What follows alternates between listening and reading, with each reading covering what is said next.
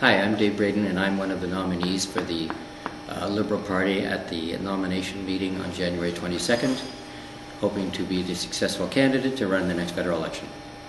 I want to talk about sustainability. Sustainability is not a buzzword. It's about thinking outside the box. It's about bringing all of the things that we care about in our life, bringing them together to ensure a successful future and a future of opportunity.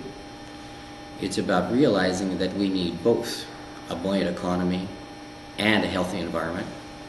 It's not about pinning one of those objectives against the other like the Conservative Party does.